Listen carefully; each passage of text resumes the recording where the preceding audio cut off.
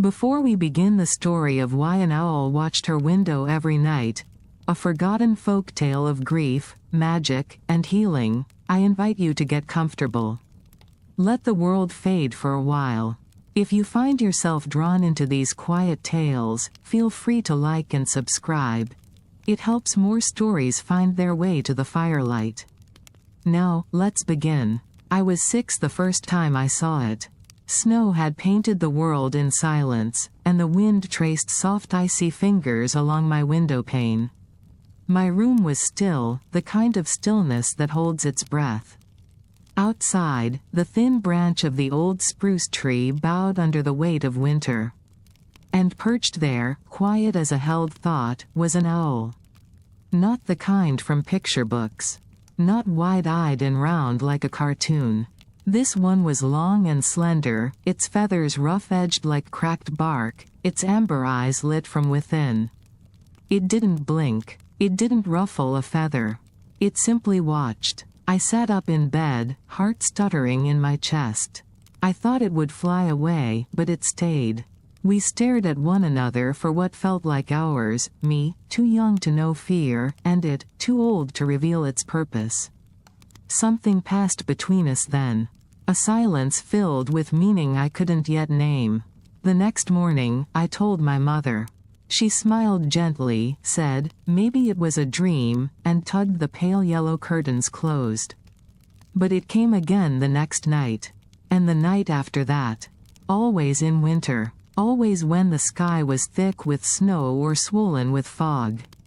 I would leave the curtains open and wait, curled beneath my blankets, eyes trained on the branch. And there it would be, never early, never late. The same amber stare. The same breathless pause in the air. I began to whisper to it, though I wasn't sure why. Little nothings at first, then secrets, then questions. No one else ever saw it. Not my mother, not the neighbors. Once, I dragged my best friend to the window during a sleepover, insisting she just wait a bit longer. But the owl never came that night. And it didn't return until she was gone. Some nights, I wondered if it was only for me. There was something in its gaze that made me feel both known and forgotten. Like it remembered something I hadn't lived yet.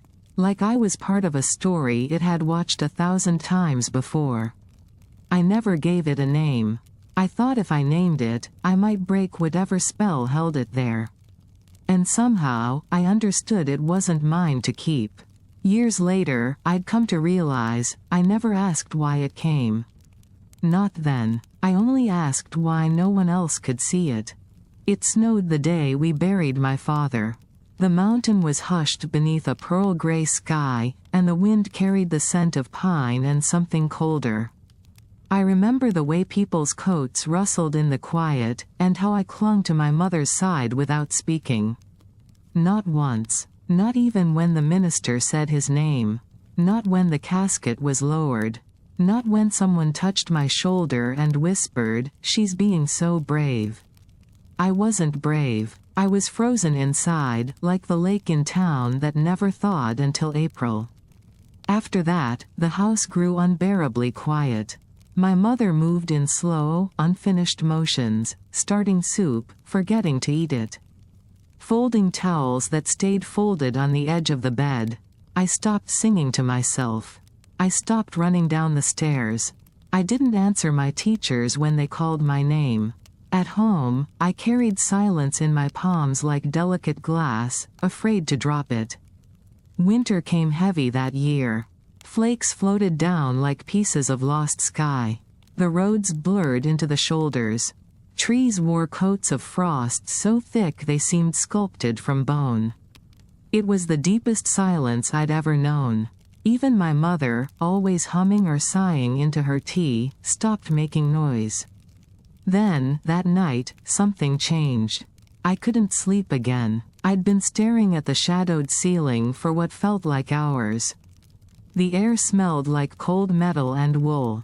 My breath clouded just slightly, even with the heater clanging now and then. I sat up and pulled the blanket with me, walking to the window that faced the old spruce tree. And there it was. Just like before, the same impossible owl perched on the icy branch. Still and certain. Its feathers shimmered slightly beneath the faint orange wash of the porch light, that strange amber gaze locked on mine. Wind moved around it, but it did not stir. Not even a blink. I pressed my hand lightly to the glass. "Hello," I whispered, not knowing what made me speak. My voice scratched in my own ears, small and hollow from disuse. The owl tilted its head just once, as if hearing me meant something. I breathed in, felt something uncoil deep in my chest. Part of me thought the spell would break, that the owl would spread its wings and vanish into the snow. But it stayed, watching, holding space in the emptiness.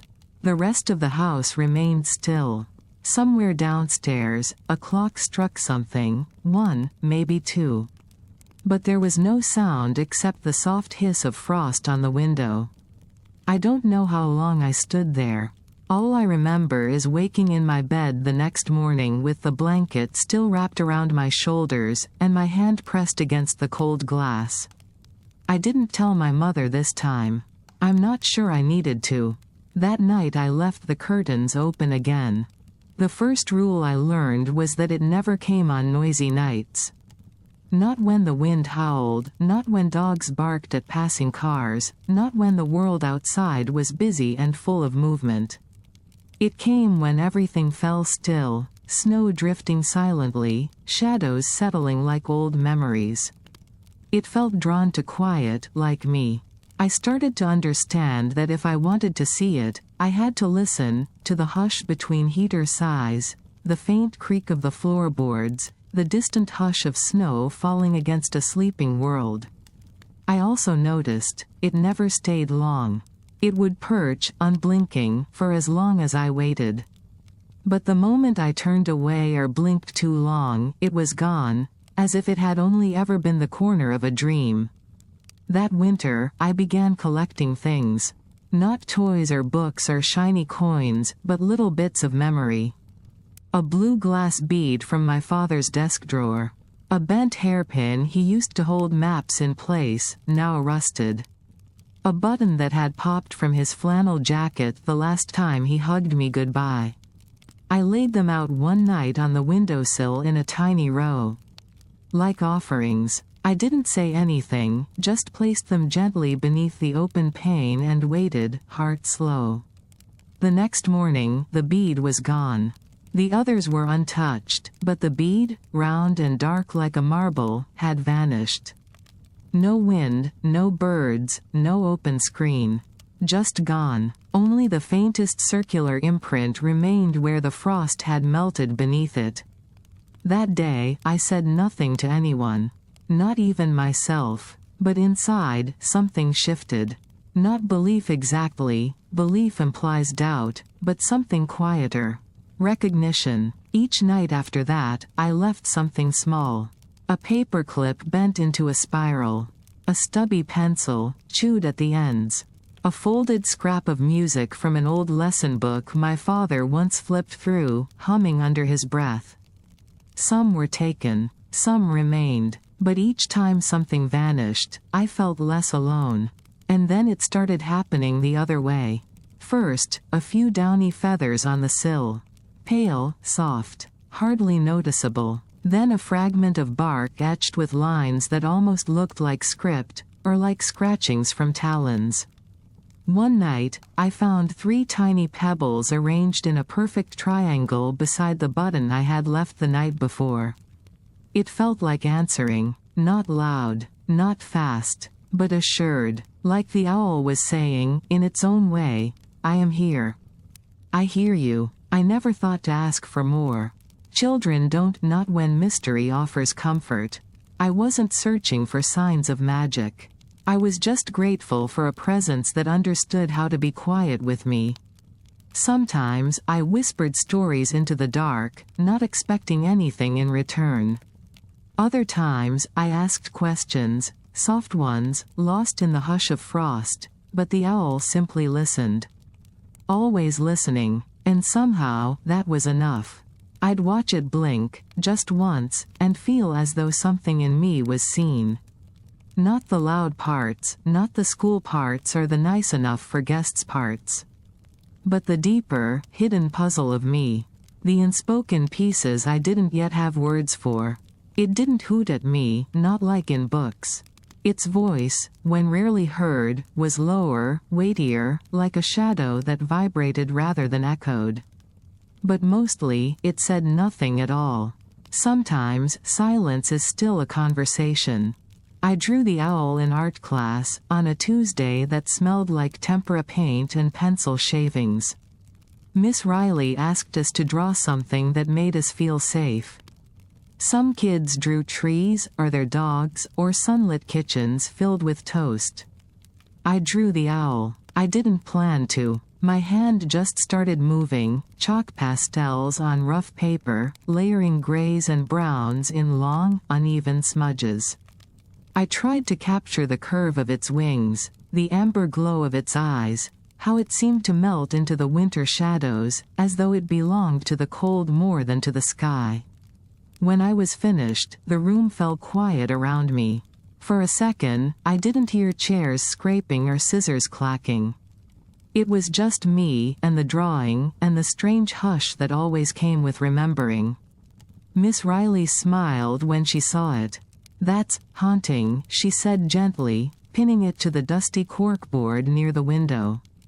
"You have a quiet kind of talent, Elsie." I didn't tell her it wasn't just a picture. That it was a kind of truth I couldn't say out loud. The next day, we had a substitute.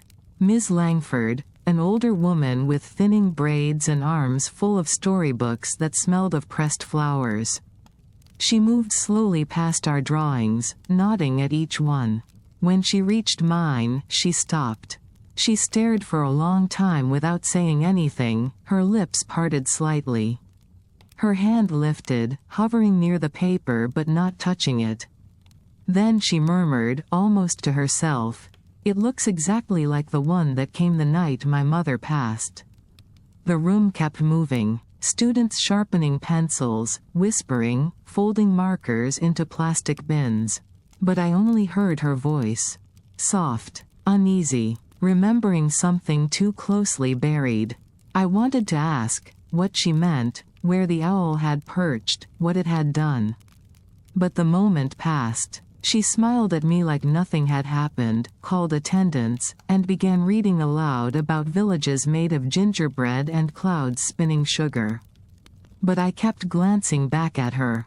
And at the drawing. Something had changed. That afternoon I lingered behind after class, pretending to gather my things. I looked at the board again. The owl didn't seem magical on paper, but it had drawn memory out of someone else. Someone far away in years and grief. For the first time, I wondered if I hadn't been the only one.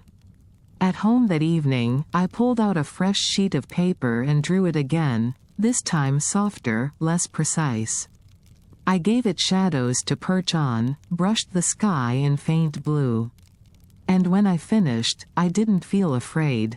Just connected to something wider than I'd ever known. I still couldn't describe it. I didn't have the right words. But somewhere, deep in the hush between who I was and who I might become, I sensed the owl was never just mine. And whatever it was watching over, it wasn't finished yet. Spring came all at once that year, like it had been waiting politely to be let in. The snow didn't melt, it withdrew, slowly and quietly, leaving behind patches of trembling green. The creek near the school began murmuring again, uncertain but steady. Light poured through the windows in pale gold rather than brittle white. And for the first time in months, I heard birds singing, not owls, but smaller, busier things with fluttering wings and noisy hearts.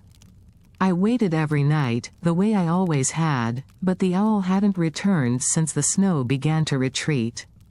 I told myself it was still near, maybe perched deeper in the trees, watching from afar. I told myself stillness would bring it back. But part of me was afraid that spring had chased it away. Then one night, the wind came with a softness that smelled like copper and clover.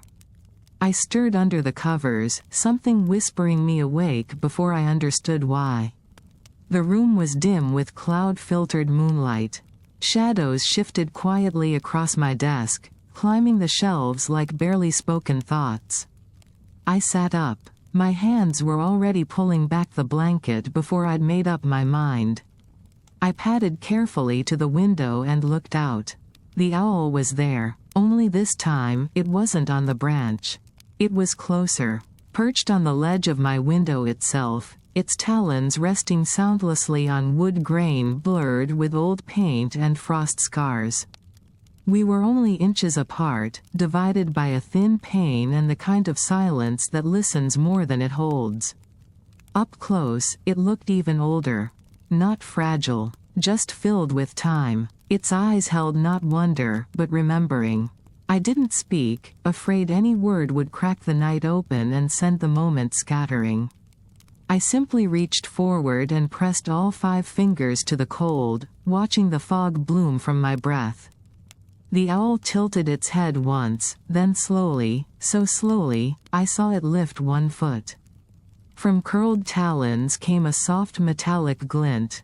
It dropped something, a feather, long and curved, mottled with shades of ash, umber, and rusted gold. It floated downward in a slow spiral, landing inside the window frame, just on the wrong side of the glass.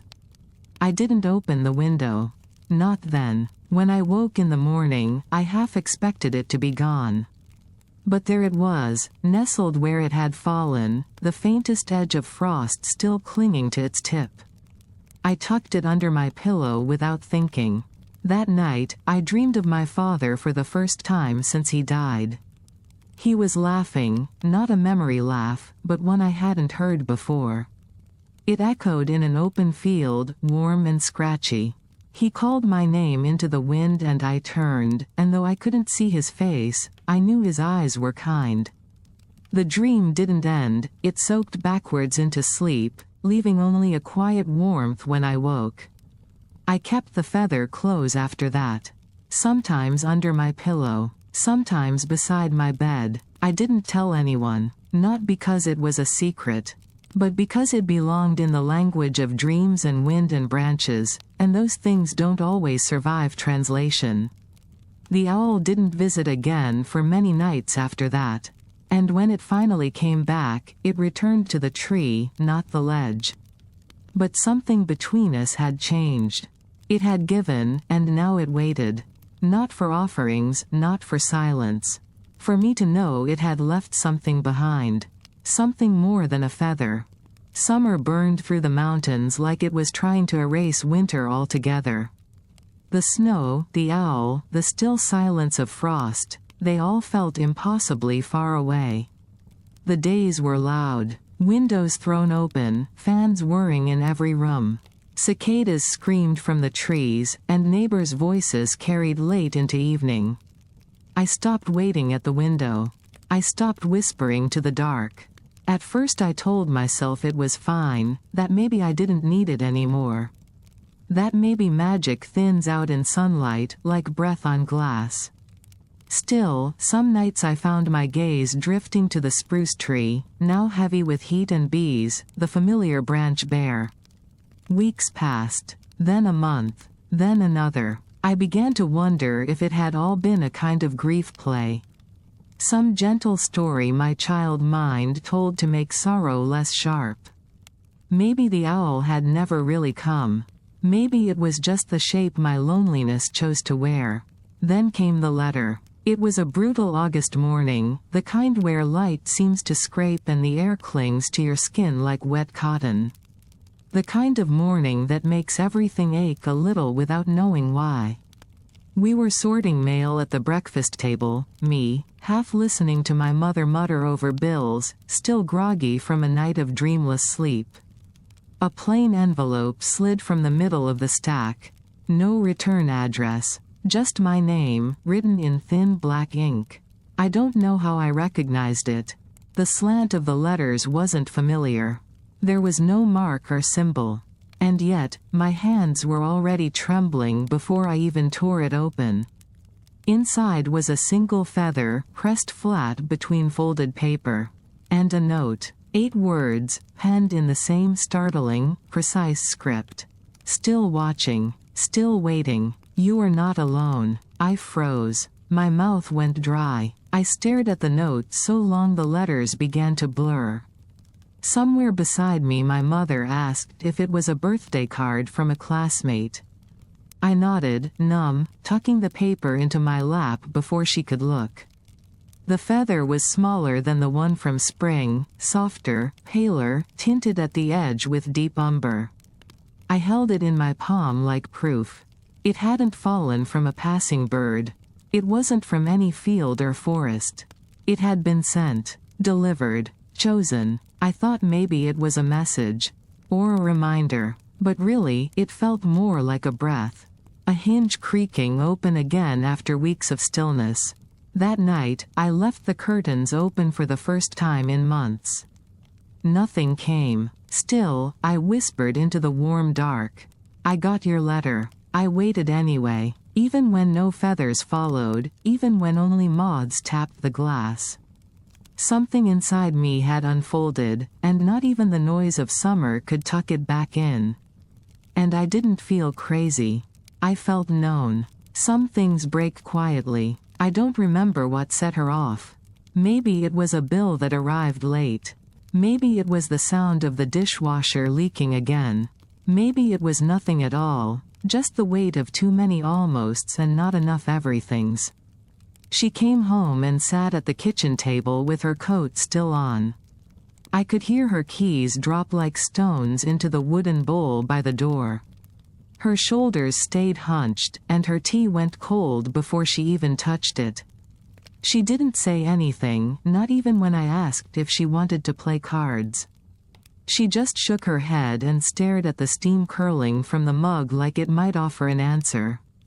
It was the first time I saw her cry. Not angry tears, not even loud ones, just quiet unraveling. She tilted her face away when I came near, like the sadness was something shameful. But I stayed in the hallway anyway, watching her legs bounce slightly under the chair, her heels tapping an invisible pattern made of worry. I wanted to say something, ask if she missed him too, if she was tired of being the grown-up all the time, but the words wouldn't come. So I just leaned against the wall and listened to the way the house held its breath. That night, we both went upstairs early. I think we were pretending to be tired, but really, we were just full. The sky was bruised with clouds, a storm humming low on the horizon.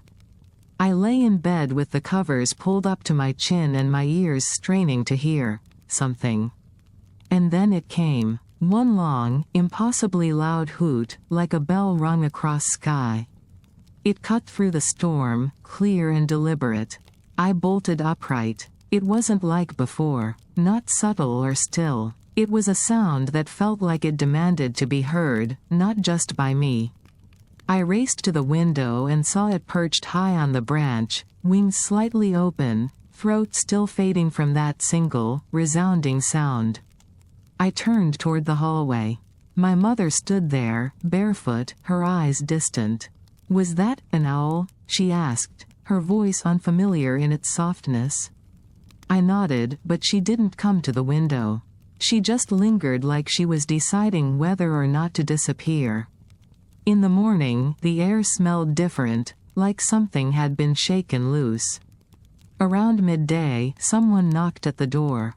I heard my mother's voice shift, at first surprised, then hesitant, then warm in a way I hadn't heard in so long. I crept down the stairs and saw a woman at the threshold, rain clinging to her coat. Her name was Marianne, my mother's college roommate. She happened to be passing through town, she said. Had a sudden impulse to detour off the highway. I don't even know why I came, she laughed, holding her arms out. They hugged for a long time in the doorway. My mother buried her face against Marianne's shoulder and didn't speak. She stayed for 3 days. Cooked lentil soup without a recipe. helped fix a cabinet door, brought out a photo album I'd never seen before. The house felt different after that. Not louder, just less alone. That night, I sat at my window again. The branch swayed slightly in the wind, but it was empty. No amber eyes watching, no shadow against the ledge. Still, I whispered, "Thank you," and I didn't mind the silence that followed. It started with a question I didn't know how to ask. I'd been thinking about the owl again, more than usual. Not because it had come back recently, but because its silence had started to feel different. Not empty, just thoughtful, like it was waiting for me to make the next move. So one afternoon after school, while waiting for my mom to finish an extra shift, I wandered into the library. The old part, the one most kids avoided.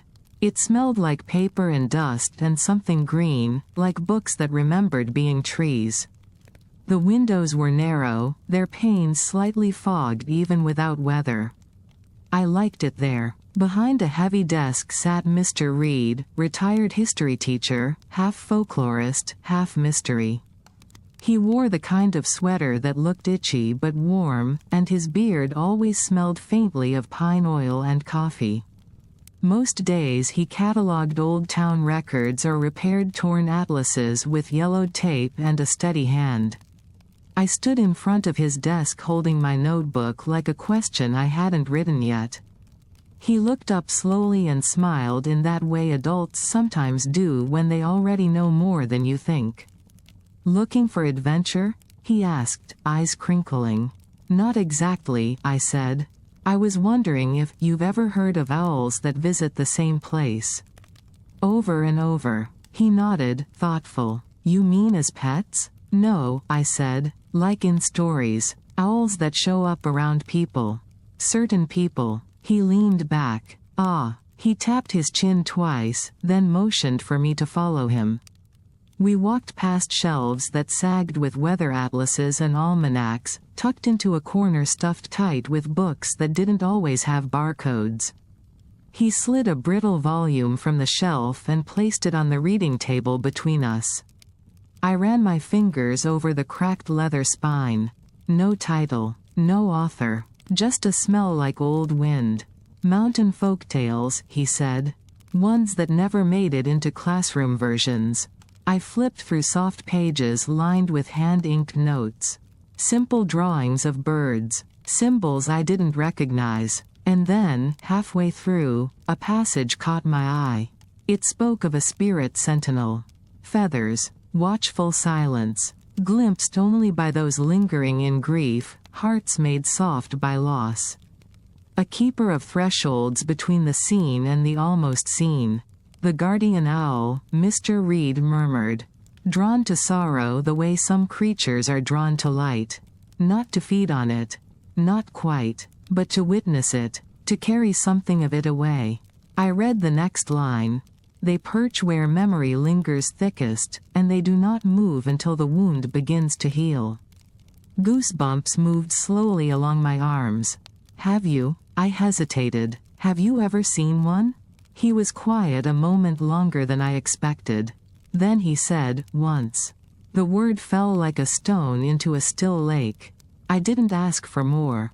And he didn't explain. But his eyes drifted toward the far window, where late sunlight filtered through lace curtains, lighting motes of dust that danced without reason.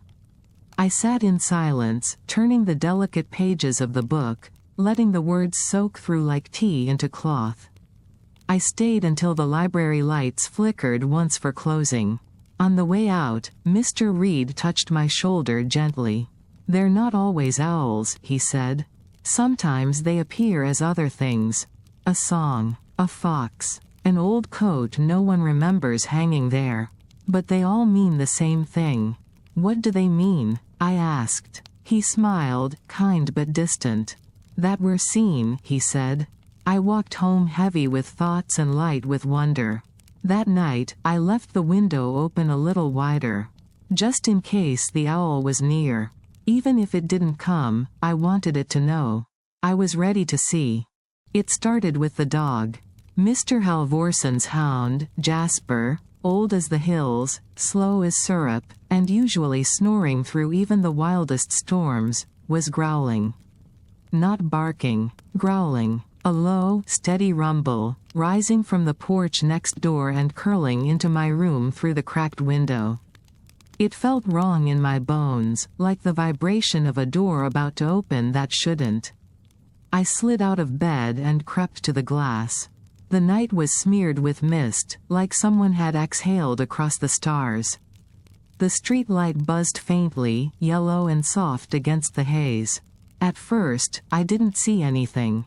Just the hush of trees, the sag of porch railings, the heavy stillness of summer over a town half asleep. Then I saw its shape. Not my owl. Another. It perched farther down the street, on a crooked limb that jutted like a broken arm from Mrs. Murphy's old walnut tree. It was hunched, feathers scruffed and dull, head twisted slightly as though sniffing instead of watching. Even from here, something felt off. It didn't sit with the elegance I knew. It twitched, shifted, its outline fuzzed, almost smoky at the edges. And its eyes, if they were eyes, weren't that deep, impossible amber. They glittered dark, more like glass than flame. Cold rather than kind. I kept very still. Jasper growled louder, rising into a single bark before trailing off again. The strange owl's head turned sharply in my direction. And then, behind it, like the tide returning, came mine. Silent, certain. It cut through the mist like a shadow with purpose, gliding soundlessly between rooftops before landing on the branch just outside my window. I hadn't even noticed it until it was there. Its wings opened slightly, more cape than curve. It stood taller, feathers bristling ever so slightly. Not threatening, not quite. But firm, steady, guardian. The other owl shifted, nervous now. There was no sound, no hiss, no screech, no hoot, just silence thick enough to hold weight. Then, one smooth, low movement. My owl lifted its head and let out a sound I had never heard before. It wasn't loud. It vibrated like a held chord, heavy with warning. The kind of sound that speaks in memory. The other owl jerked back. Its wings flared once, wide and ragged, and it vanished into the fog like breath through leaves. I stood frozen, heart pounding like thunder behind my ribs. My owl stared out into the mist a moment longer, head tilted toward whatever path the strange one had taken. Then it turned back toward me. Our eyes locked. It didn't blink. I nodded slowly, whispering, "Thank you." It sat a moment longer, feathers settling, gaze still firm. Then it dropped something small onto the sill, a piece of bark, worn smooth, and flew off into the night. The wind stirred but didn't follow. The air felt clean again. Quiet like home when the lights are out and the dishes are done. Jasper stopped growling. A screen door clicked. Somewhere, a lullaby of crickets returned. I picked up the bark. Nothing was written on it, but my fingers recognized something in the grain, some shape I couldn't name, but knew. I didn't sleep right away. I let the window stay open.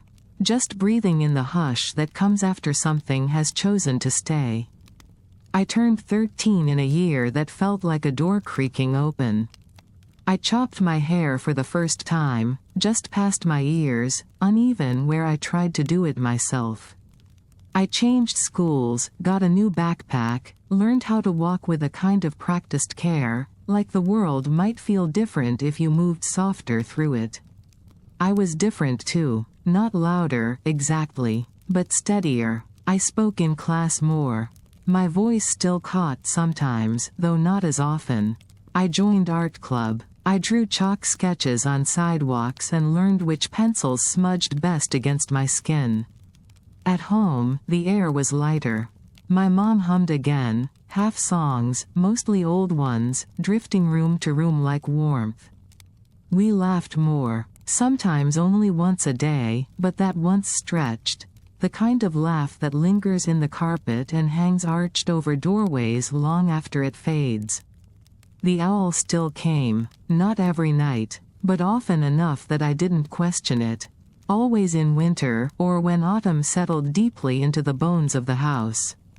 Sometimes I'd forget to check the window, then wake an hour later with the weight of being watched gently resting on my chest. Its eyes hadn't changed, amber and ancient, like wells of sky that held storms no one remembered. It watched me grow. When middle school overwhelmed me with its crush of crowded hallways and half-finished friendships, I whispered into the dark, "I don't know who I'm supposed to be." When my hands couldn't shape the clay in art class and I wanted to snap the sculpture in two, I whispered, "I feel like I'm losing something I never had words for." Even when I didn't speak aloud, it somehow knew. It never flinched when I sobbed quietly into my sleeve. It didn't blink when I confessed I barely remembered my father's voice anymore. Just the shape of his shoulders and the weight of his jacket when he scooped me up from puddles. I told it everything, not always in words, sometimes just in thought, swirled in the breath between lights out and sleep. I didn't need it to answer. I didn't even want it to. Some nights I revealed my fears. That my grief would shrink into something unremarkable. That I'd forget entirely, my father's laugh, the wrinkles around his eyes when he smiled. That I was getting better at growing up, and worse at remembering. And even then, the owl stayed. It didn't scold or reassure. It didn't shift or stir. It just listened, and somehow, that was enough. I wondered sometimes why it hadn't aged. Not a single feather out of place. No wilting in the eyes. It was the only thing in my life that didn't stretch or bend or become something else. Maybe that's how it worked, quiet magic that didn't need to mark time. One cold evening, I pressed my forehead gently to the glass, watching the frost feather around the edges. "I don't need you like I used to," I murmured. And I swear, I saw it nod, not dramatically, not even clearly, just a small motion, like the wind shifting inside a secret. I didn't cry that night. I slept with a steady rhythm in my bones, the kind that belongs to people who know they're not being watched because they're helpless, but because they're loved. It still came sometimes, but never because I was broken. Only because I was becoming. The exhibition was held in the back of the town library, in a room that smelled like lemon polish and old calendars.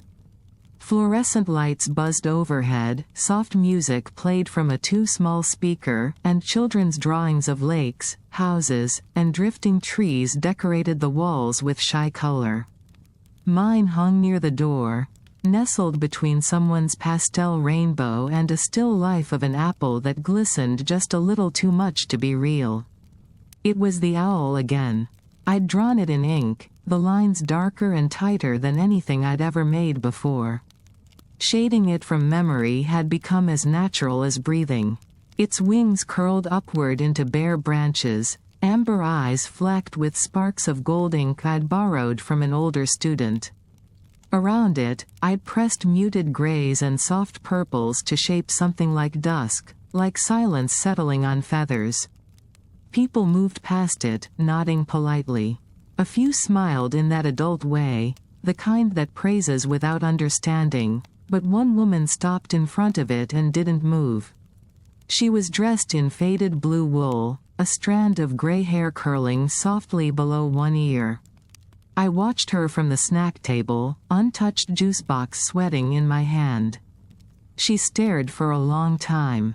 Then, quietly, and not to anyone in particular, she spoke. "My brother had an owl like that," she said, "when our mother was dying. It sat outside her hospital window. For 3 nights. Never left. Even in the rain. It didn't blink once. She didn't cry. Her voice didn't shake. But something in her expression shifted, like she'd heard a remembered melody playing faintly beneath the room noise. No one around her reacted. A boy jostled past with a paper plate of cookies. A father asked his daughter where her artwork was. But I stood frozen behind the table, my fingers sticky with condensation and breath catching somewhere between wonder and ache. I didn't speak to her. I don't know why. She didn't stay long, but I watched her walk slowly down the hall, hand brushing one of the walls like it steadied her. Later that night, as I helped take the drawings down, I ran my fingers along the edge of the paper. The owl stared back, unchanged. But I was not, because the story wasn't only mine anymore. Somehow, across years and windows and lives I'd never known, it had watched someone else. Sat in someone else's silence. Witnessed someone else's ache. And this thought came gently, like snow landing on a windowsill. Maybe it wasn't my owl at all. Maybe it was never anyone's. Maybe it belonged first to the world, and then only briefly to those who needed it most. That night, I folded the drawing carefully into a portfolio and walked home with my mother. We didn't speak much, but she slipped her arm around mine, and I leaned into the warmth. When I got home, I placed the drawing beside my bed and opened the window a little wider than usual. And though the branch was bare, and the wind was still, I whispered, "I think I'm starting to understand." The wind howled like the mountain was trying to speak. It was the kind of snowstorm that made the world feel both close and far away, clouds thick as wool, snow like falling dust, the trees hunched together as though whispering secrets. The power had gone out hours before. The flick of a light switch only echoed in empty dark. I was 16, old enough not to be scared, but also just young enough that the dark could still press in like water, soaking through my thoughts before I could name the shape of them. My mother had been called to a late shift, stuck at the clinic, trapped by ice and obligation. She'd lit the fireplace, filled flasks with tea. Just in case, she said, like storm preparation was sacred, like old rhythms could keep us safe if we repeated them with care. When the roof groaned under the weight of wind, I curled tighter on the couch, wrapped in blankets with only candlelight for company. The walls breathed with cold. The silence in the house stretched long and deep, broken only by the occasional pop of wood and the sweep of snow across glass.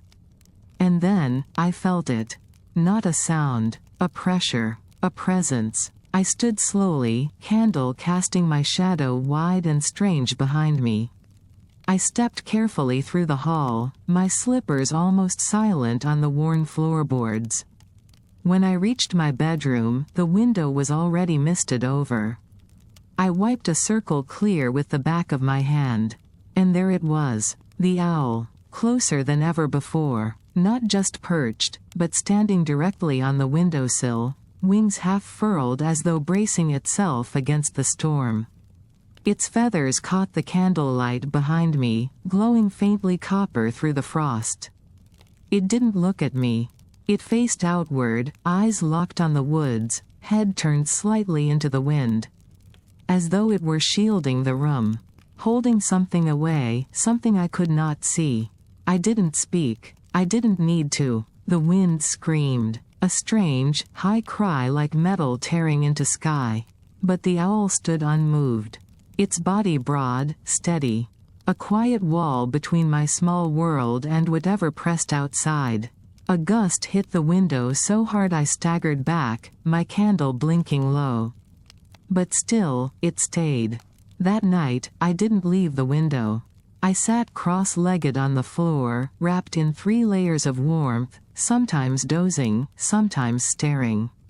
In some part of me, I knew, this was not a visit.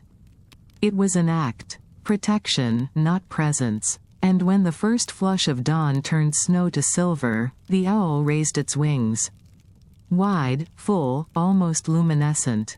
Then in one breath, gone. The branch bent slightly in its wake, scattering a small drift of snow as if exhaling relief. I stood long after it had left, unspeaking. The house creaked in the hush that follows a choice made full. Later, when the sky softened from gray to blue, when my mother returned with boots soaked and voice hoarse from apologies, we stepped outside together. Just beyond the house, at the edge of the yard, lay a tree, split at its roots, collapsed in a mess of bark and ice. It had fallen in the night. Split clean through. 2 more feet and it would have landed on the roof. Right above my bed. My mother stared at it a long time, then at the walls of the house. Her mouth opened, then closed. Some things don't have words.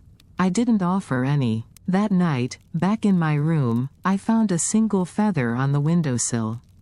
Larger than the others. Dark, rimmed in iridescent gray.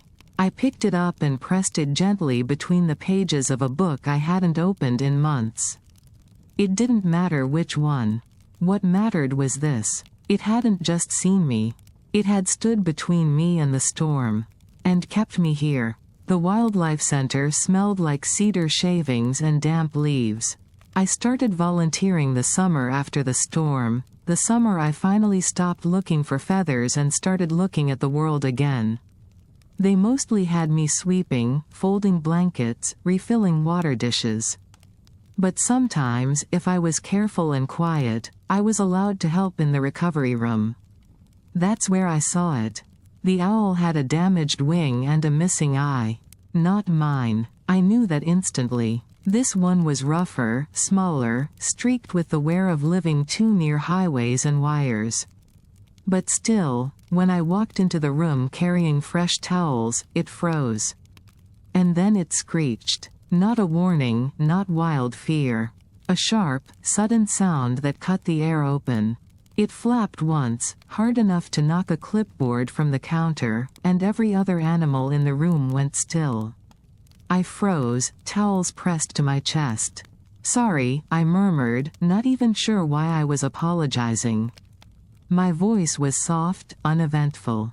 I took a slow step back. But the owl's one good eye locked on mine.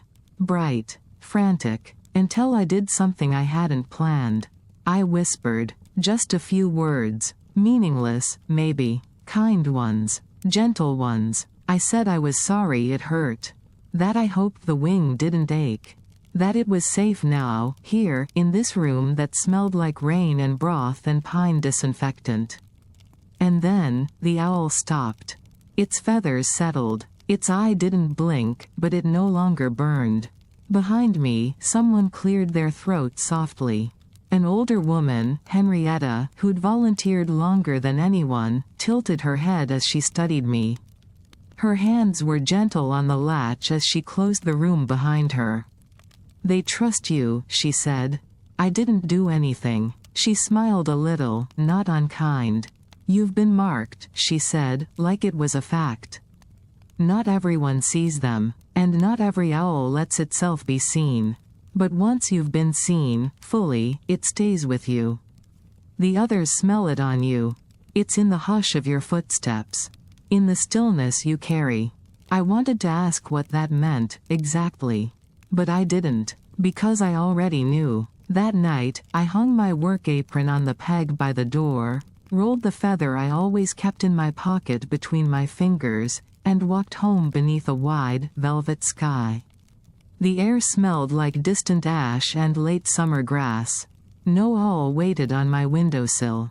But I lay awake anyway, feeling the shape of presence deep in my ribs. Not because I needed it to come back, but because I knew now, I carried part of it with me. The night before I left for college, I slept in my old room for the last time. The walls were still pale blue, faded now in places where posters used to hang. The closet was mostly empty, save for a few forgotten sweatshirts and a box of dried markers. I'd packed everything that mattered, or thought I had. My bed creaked the same way it always had. The window still whined on its hinge. The branch outside looked thinner, more gnarled, stripped by years of snow and wind. I hadn't expected anything. In truth, I thought the owl had finished with me. It had been 6 months since its last visit. Maybe longer. So when I woke just before midnight, I assumed it was nerves. A buzzing in my chest, a jitter behind my ribs. I sat up slowly, brushing away the edge of a dream I couldn't quite remember. And then I saw it. There, on the branch. Still, familiar. Like breath I hadn't realized I was holding. The owl was waiting. Not watching this time, waiting. Its feathers shimmered faintly in the dark, not bright, not dramatic, just the quiet gleam of something that has never had to announce itself. Neither of us moved for a long moment. And then, it did something it had never done before. It lifted one foot, and in its claws, something glinted. A small, round object. With the slow precision of snowfall, it opened its talons and let it fall. The object tapped the edge of the window pane once before landing on the sill with a soft metallic thud. I reached for it with hands that trembled even though I didn't feel afraid. It was a compass, my father's compass, stamped brass, the edges worn smooth by time and touch. The same one he used to carry in the chest pocket of his hiking jacket. The one he'd taken with him on his final trip. The one they never found. I turned it over in my palm. His initials, still faintly visible beneath scratches. The needle spun twice, then stilled, pointing true. When I looked up, the owl was already rising. Wings outstretched. Body lifting with a grace that pulled the silence taut behind it. It didn't look back. It didn't have to. I stood at the window long after it vanished, holding the compass, feeling the weight of something closing and something beginning. I didn't cry, not then. I just placed the compass gently on my nightstand, beside the feather I'd once tucked there so long ago. And I whispered into the hush, "Thank you." Then I lay back down, and dreamed of a path I hadn't yet walked, marked not by signs or stars, but by something older, something that knew just how far I'd come. The branch outside my window is empty now. It has been for years. Seasons bloom and fade, and the old spruce still stands, but nothing perches there anymore. The bark is peeling. The limb, once thick with snow and watchfulness, bows a little lower than it used to. I thought I would feel sad about that, when the owl finally stopped coming. But I didn't. Not exactly. Because when something is with you that long, it doesn't leave. Not really. The last night I saw it, before I left, before everything changed, it gave me something. My father's compass. It still sits on my shelf, beside the old drawing I once folded so carefully into a portfolio. I keep them near, but I don't need them like I used to. I've grown. Time does that. Life pulls you down new roads full of ordinary magic, laughing over dishes, crying alone on parking lot steps, surprising yourself by waking up happy on a Tuesday for no reason at all. And still, sometimes, without warning, I find myself looking toward the sky. Listening for silence, remembering, not because I'm grieving, but because I was once heard. Now I'm the mother, folding towels, humming songs without names. My daughter runs through the house like light skipping across water, full of questions and imaginations I don't always understand, but try to anyway. The other night, long past bedtime, her voice floated down the hallway. "Mom?" I found her standing on her bed, nose pressed to the window. "There was something outside," she said. "I think it was a bird. But a funny one. It didn't fly away when I looked at it." I swallowed gently, leaned against the frame. "What kind of bird?" I asked. She thought for a moment. "I don't know," she said. It felt quiet. I didn't tell her anything. Not then. I kissed her hair and tucked her back into her blankets. She fell asleep with the kind of peace I once begged the stars to find for me. When I walked back to her window, the branch was still bare. No shape, no shadow, just the familiar skeleton of a tree holding sky. But at the edge of the sill, a single feather, smaller than I remembered, pale at the edges. It curled ever so slightly in the night breeze, as if it had been placed, not dropped.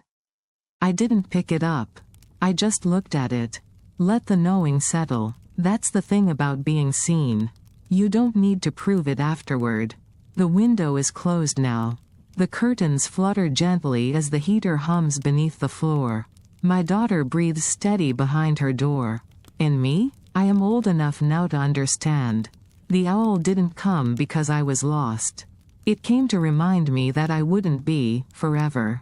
And now, the world is full of quiet places waiting to be found again. And full of other windows, where someone like her might one day whisper, "Hello." Years passed the way quiet weekends do, slow in the moment, sudden in memory. My daughter grew like ivy, all legs and questions, building secret kingdoms out of boxes and naming stars from her bedroom ceiling. We moved once, downhill, closer to the valley where rain fell softer in the spring. The house was smaller, but cozier, with windows that seemed to hold light a little longer than they should. Life was full of deadlines and grocery trips, muddy boots and birthday candles.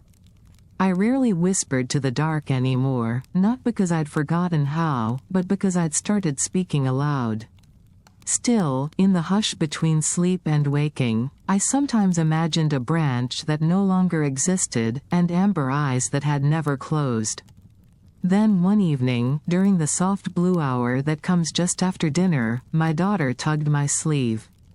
"Can I show you something?" she asked.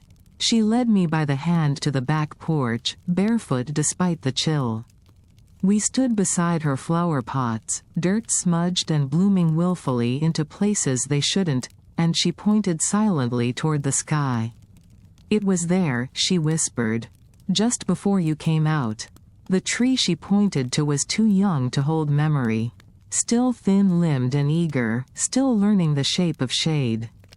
Nothing perched there now, only wind and a few fluttering leaves. But I waited, and in that waiting, I felt something ancient and soft settle over us both.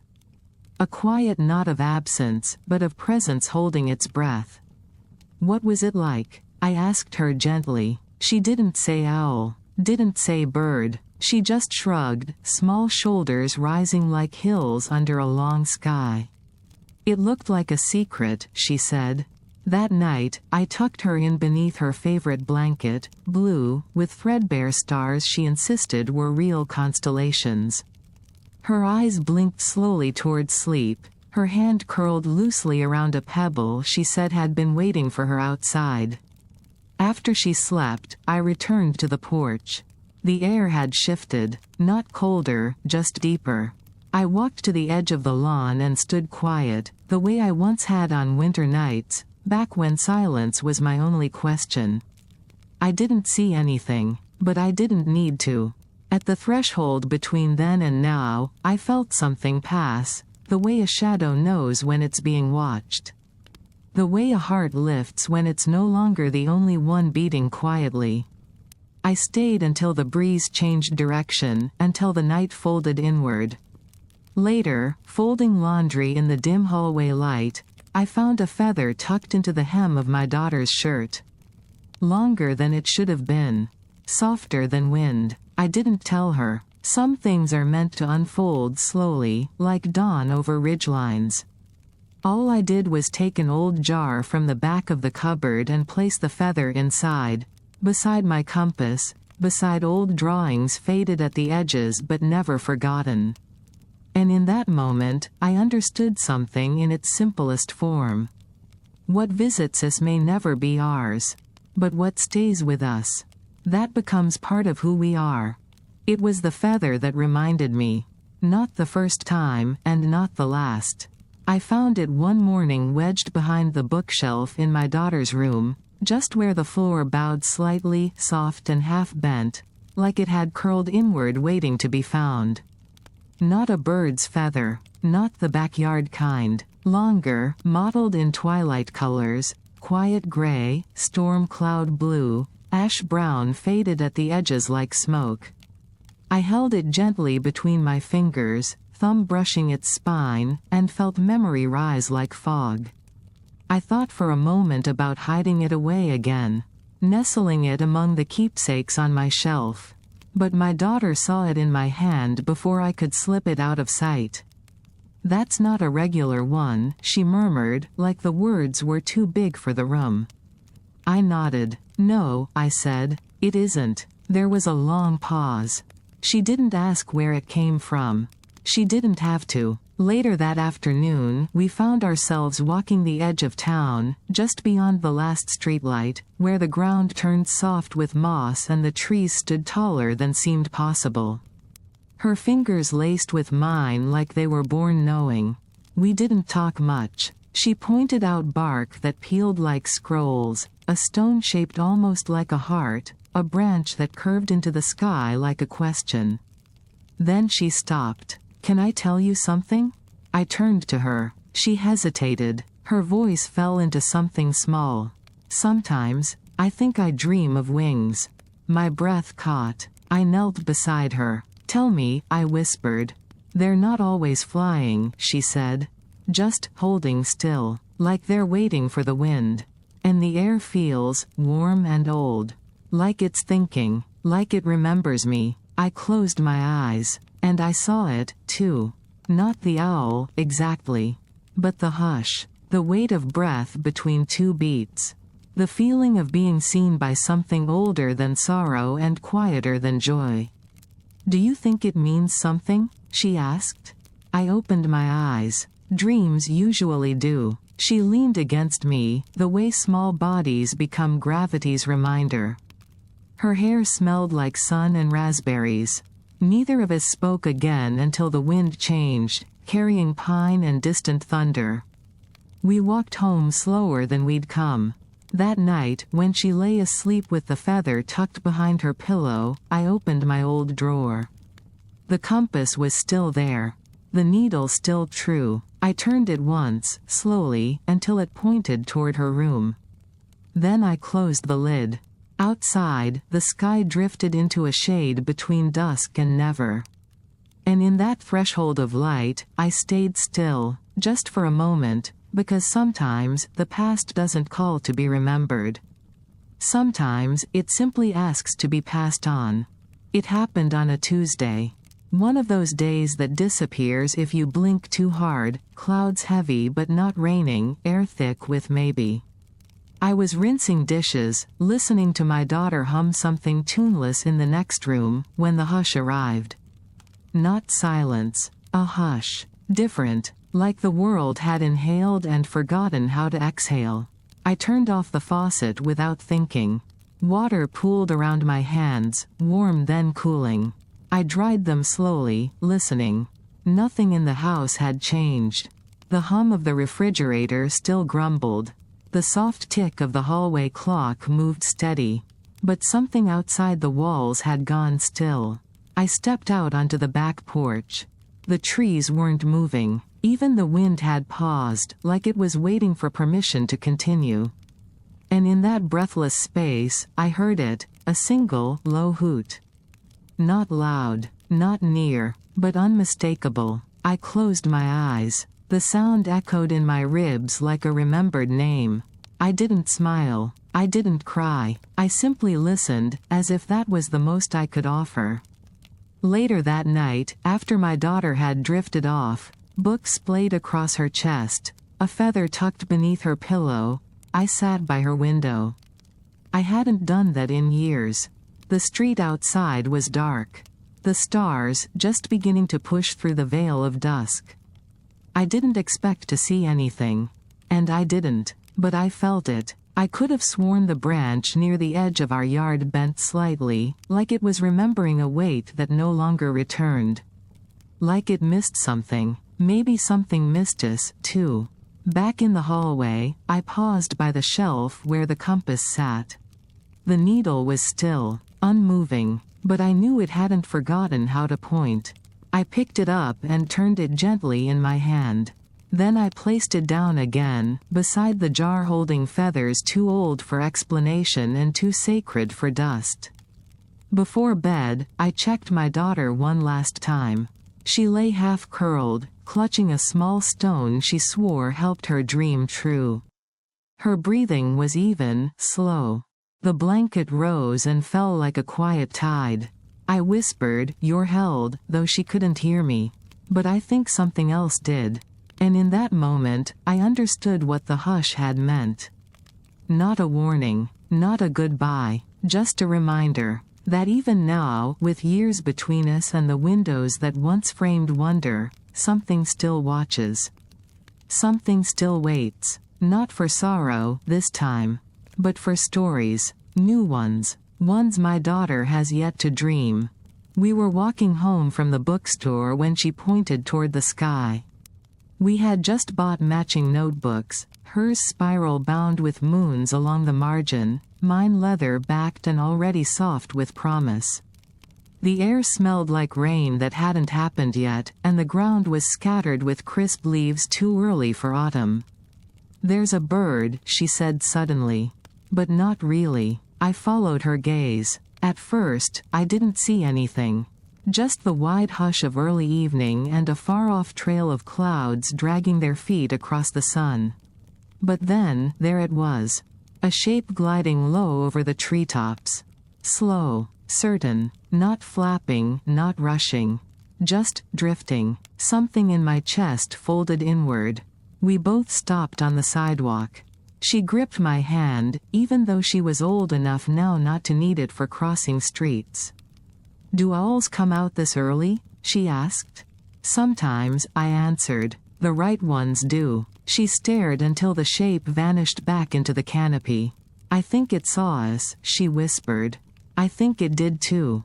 We didn't say anything else, not for a while. We just walked, slower than before, the weight of the books in our bags grounding our steps. At home, she disappeared into her room without turning on the light. When I passed by an hour later, the door was ajar. She was sitting cross-legged on the floor, notebook open, pen moving carefully in her hand. Lines curved across paper, small and intentional. I couldn't see what she was writing, but her brow was furrowed with reverence. On the windowsill beside her sat a pebble, a scrap of yarn, and something pale and curved like an unspoken question. A feather. When she noticed me, she smiled, but didn't explain. And I didn't ask. Instead, I sat beside her. Not to write, just to be near. We stayed that way until the light shifted to amber and the trees outside whispered the kind of hush only branches can understand. Later, when she went to brush her teeth, I glanced down at what she'd written.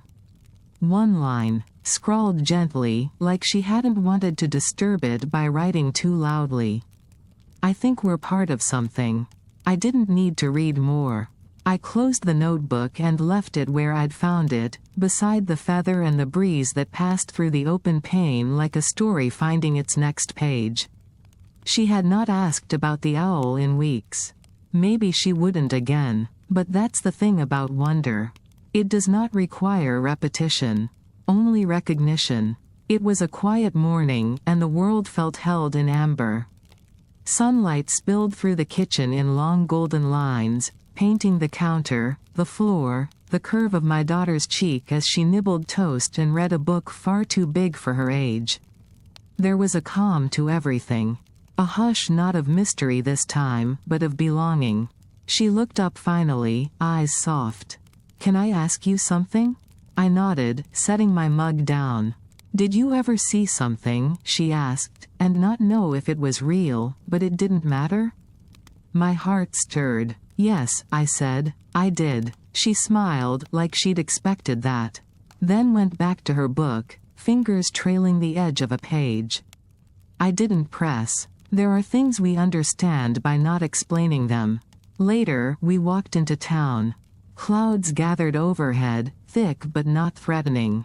The sort of sky that feels full of stories just waiting for the right hush to fall.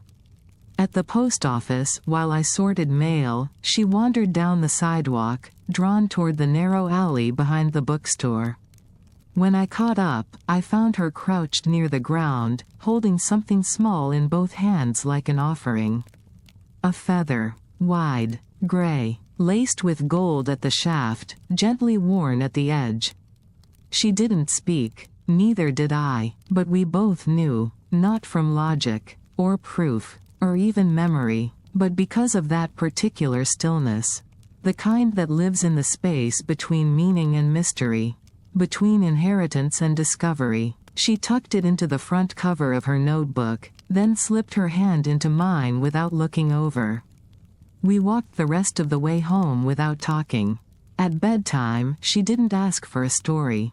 She opened the notebook, ran a finger along the feather, and whispered something I couldn't hear. I kissed her hair and turned off the light. Back in my own room, I opened the old drawer again. The compass still rested there. Cold brass. Familiar weight. It no longer pointed anywhere new. It didn't have to. I closed the drawer and paused at my window. The spruce tree outside had long since been replaced by a young maple, not tall enough yet to shade anything. But the wind rustled its leaves with the same hush I'd known all those years ago. Maybe it was never really the owl that changed me. Maybe it was the gift of being seen, heard, held long enough to grow into someone who could do the same for someone else. In the dark, I let myself finally think it aloud. It never watched to keep me from falling. It watched to remind me I could get back up. And now, her window is open, and she's already listening.